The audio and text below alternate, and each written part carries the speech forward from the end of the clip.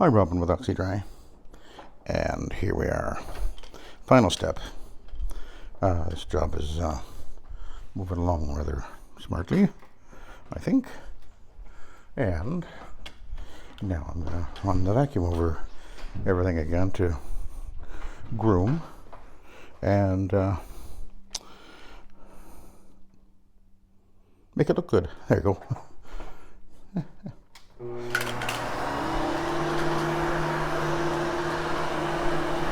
Now, one thing to bear in mind that sometimes I get people asking me, is this actually removing any of the crystallized or encapsulated soil? Probably not much. It's not the purpose of what I'm doing. But when we clean a carpet, there will be some particulates that even if you vacuumed it ahead of time, that you're just simply not going to be able to get out anyway. So this is just another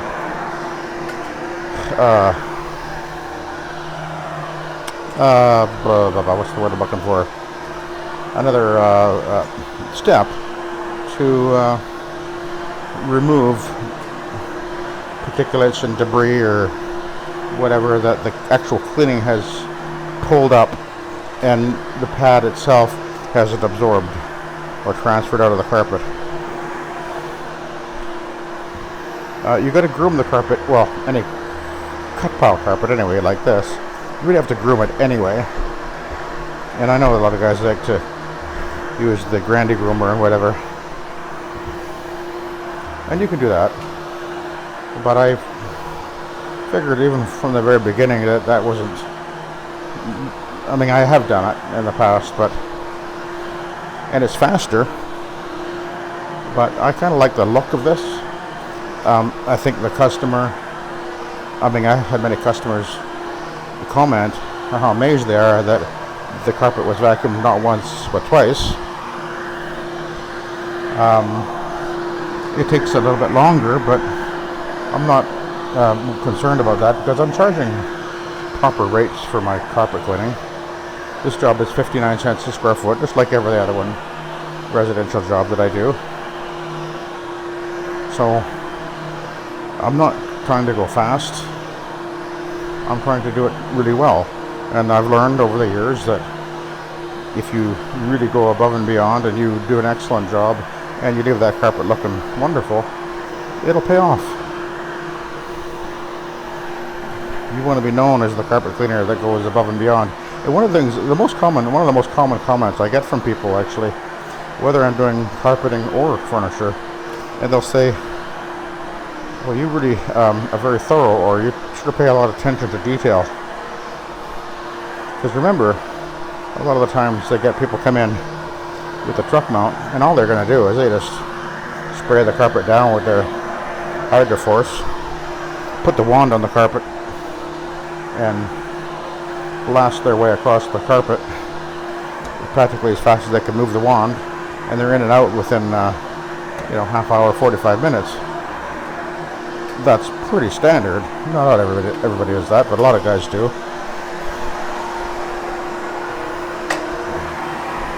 And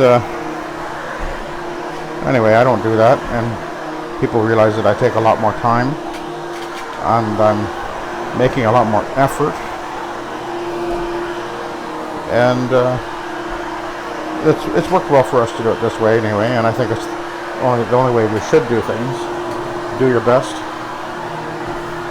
at what you do. I think that's a godly principle actually, and I try to live my life that way. Do your best, pray that it's blessed, and God takes care of the rest. That's all you can do. And if you're cutting corners and compromising all the time, and you're basically cheating your customer.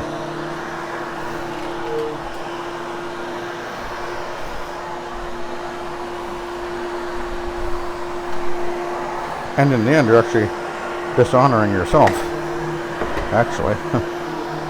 I think. So just do your best.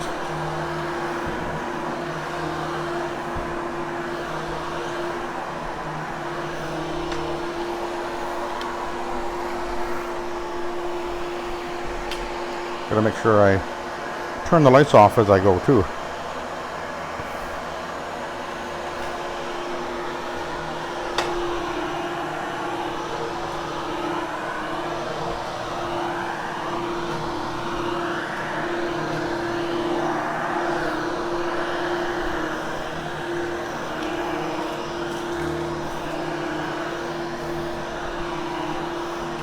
You can certainly see the areas of the carpet where the wear is, but I can't fix that. I can't rebuild the yarn. But it is clean and looks good as far as that goes.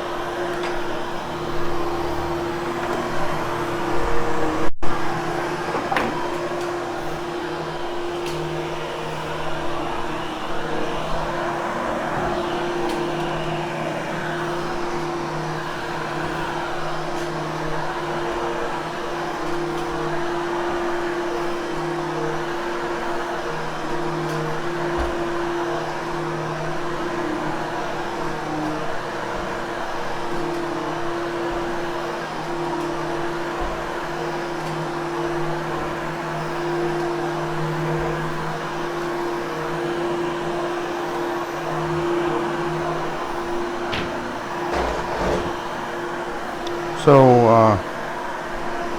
yeah, I sort of wondered if how effective the spin safe brush would be at pulling out the divots, but really didn't do much. I mean, the only way you could really do anything about that is you actually take something and like a dull rounded knife or something like that, and sort of work the yarn a little bit, and you can make the yarn more or less stand up, but you still won't take out the actual divot because the underpad, the backing of the carpet will be bent into the shape of the foot that impression is sort of like a cup, I guess you could say, and then the underpad itself will be crushed. Over time, it'll probably lessen or maybe even disappear, but. And you putting an ice cube in there, the old ice cube trick, just doesn't work with these carpets that are a polypropylene backing. It doesn't work for that. You'll just get it wet.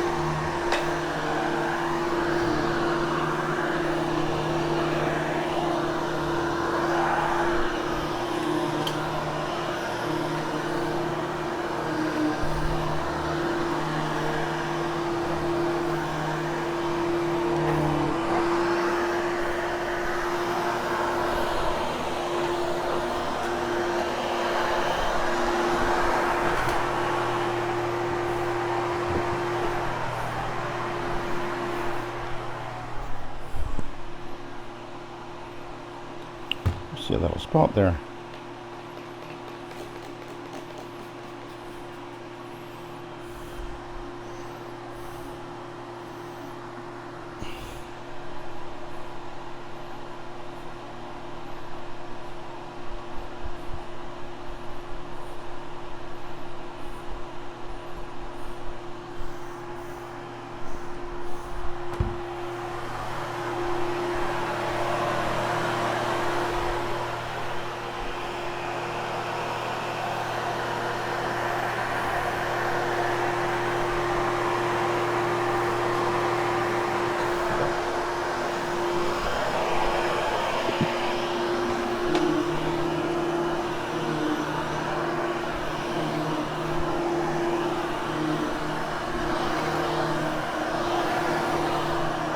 There's a skylight right above me, so it's very bright right here,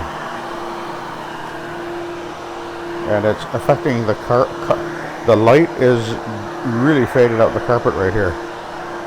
You can really see that now. The light is actually destructive to the carpet over time.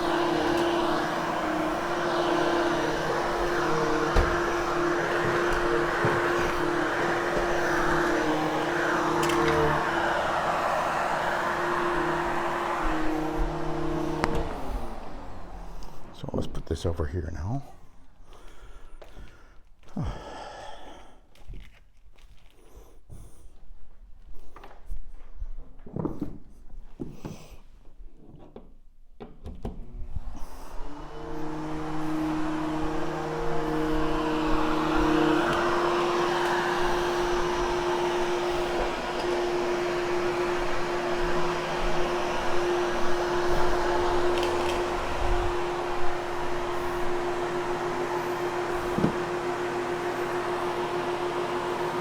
Yeah, almost 2,000 square feet.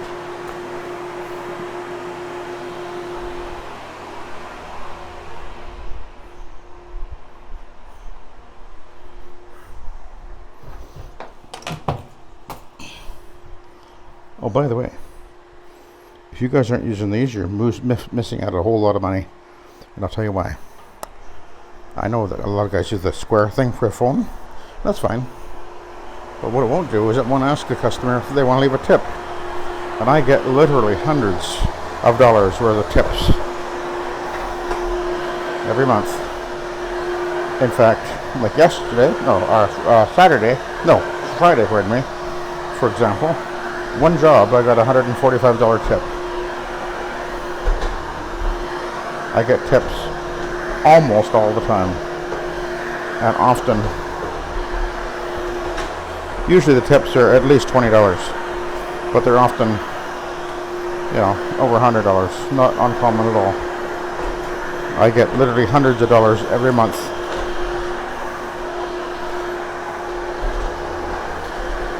And I do pay tax on them.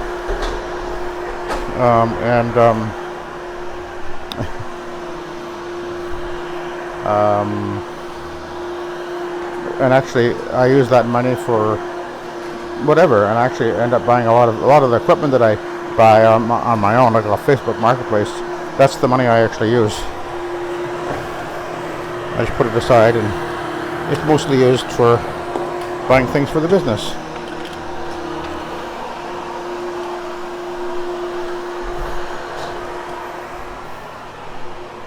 So we're going to close this up.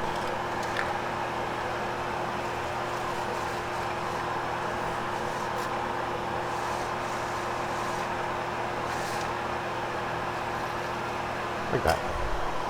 There we go.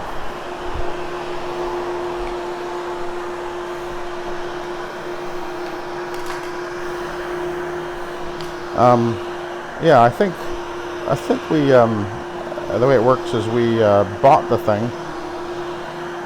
We bought it a few years ago now. I can't remember what it cost.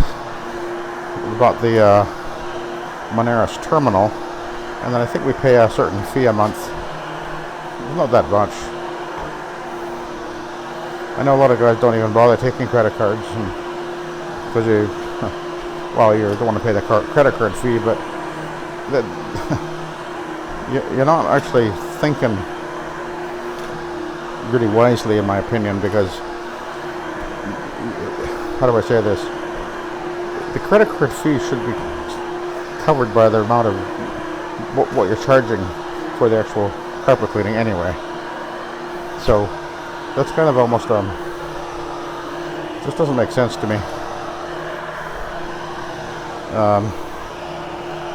And a lot of people, because they can pay credit card with a credit card, might choose to do more than what they wouldn't have done because they can put it on the credit card, not necessarily pay it for it right away. And they get points, and you get your money immediately. We take credit and debit cards. That machine takes a debit as well. Yeah. And it also, the other reason I prefer it is that it actually has a printout. It prints it out for the customer right there and then. And that's one of the reasons why I prefer it, because a lot of people that I deal with anyway, they don't necessarily have a computer. A lot of the elderly people just don't have computers. They're just not into that, so you can't give them a receipt, credit card receipt, with one of those the square thing, unless the person has maybe they don't have a computer, maybe they don't have a website or a email address. Just saying.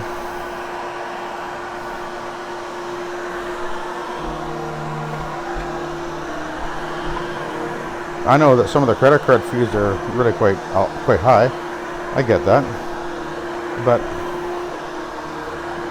you know, I typically make at least $1,000 a day anyway. So if I'm busy, $1,500 a day is pretty normal for me.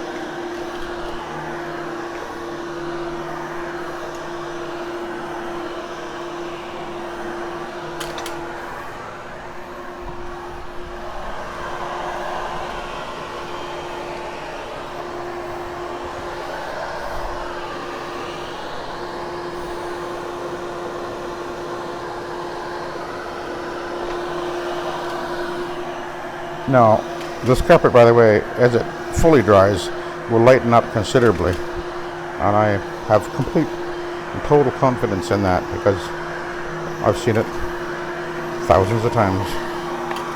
It is deteriorated in the traffic lane, we get that, but it's going to look a lot brighter within a day anyway.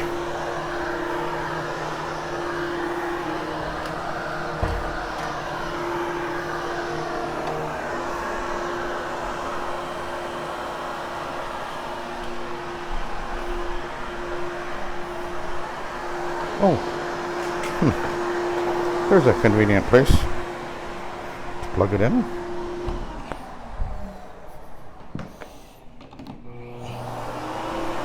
Taking me a little bit longer than I thought it would, but that's okay. It's the only job I have this morning. We're just at 11 o'clock now, in case you're wondering, or almost 11 o'clock, I think. So I got here just after 9. So almost 2 hours. That's pretty typical for me for a job of this size.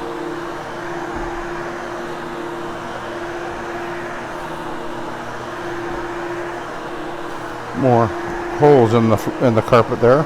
Some speaker wires coming through. Yeah, I talked to his son there. He said his dad did that all over the place.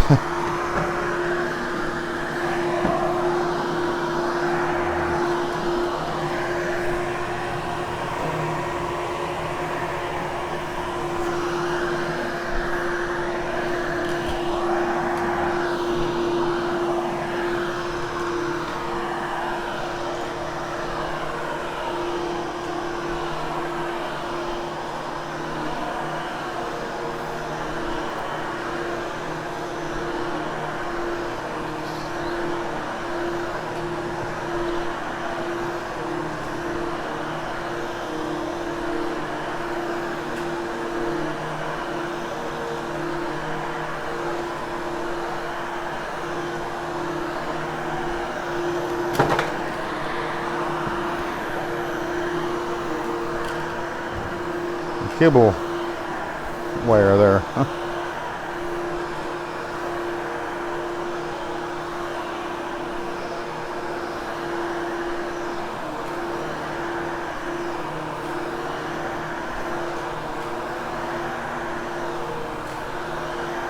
This is the area I'm at right now where the most obvious pooling and shading was in the whole place. It looks like it's turned out pretty well.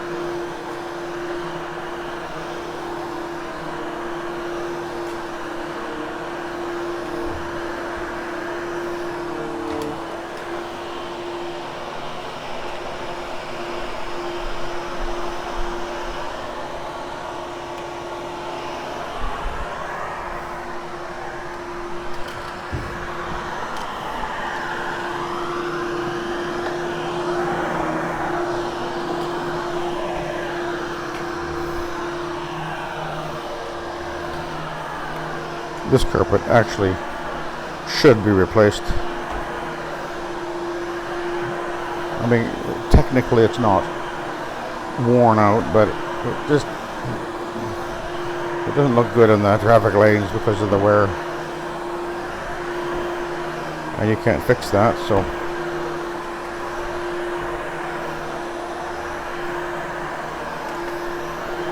But it was a really good carpet in its day, you know. Boy, over the years I've cleaned this type of carpet thousands of times.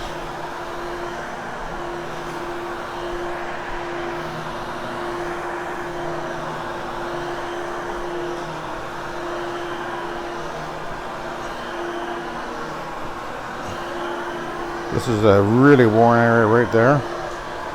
High traffic lane.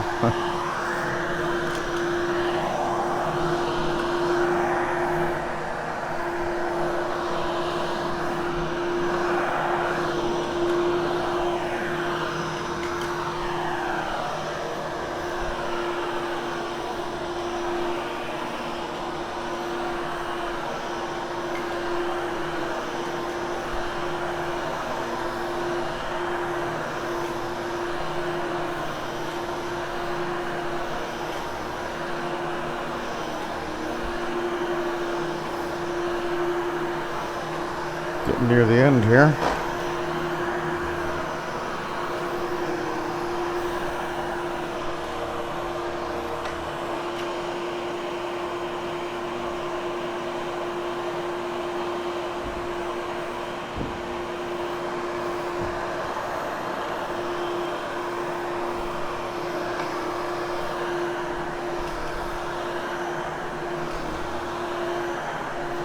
So I already vacuumed this carpet before I started cleaning. I vacuumed every inch.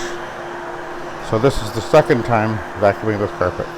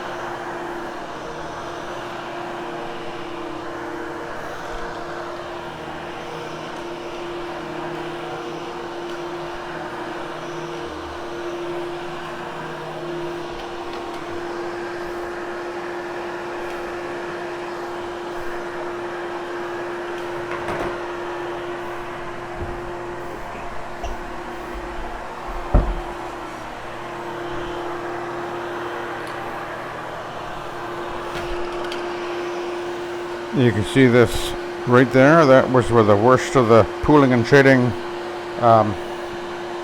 wear path was. Go back to the very first video of this three video series here. Yeah, you'll see that this was very, very dark before. This is going to lighten up a fair amount yet, by the way, because it's just the way it works. When you clean the carpet like this, areas that are really worn always look a lot darker when you initially clean them, and then within a few hours it'll lighten up considerably. It's never going to look perfect again because I can't unwear. There's wear on there, crushing of the yarn, plus the abrasion effect on the carpet fiber, where the light will not reflect off of the scuffed up surface. In fact, I'll show you what I mean by that. I haven't shown this in a while. What happens over time is this carpet, which is nylon, is actually a very shiny reflective surface.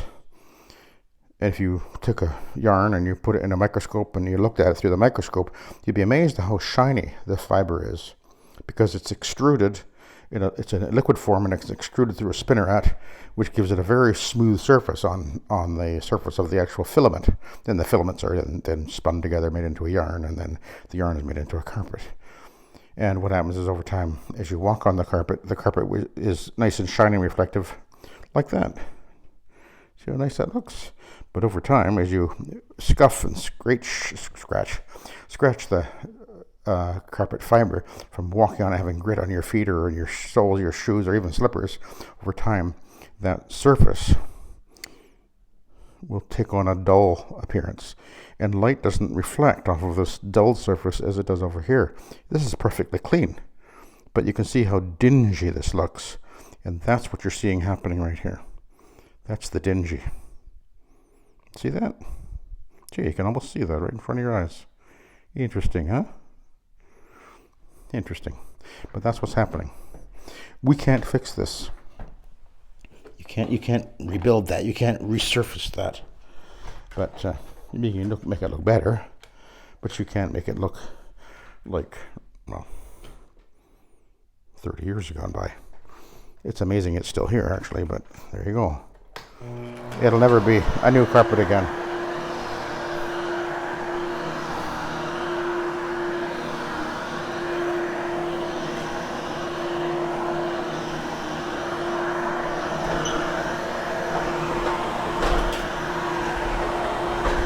Okay, now I'm done. So hopefully that was helpful to somebody out there, and learned something and found that entertaining. I'm not sure if I'm actually entertaining or not, but anyway. Okay, I'll let you go. Thank you very much for watching, and have a good day.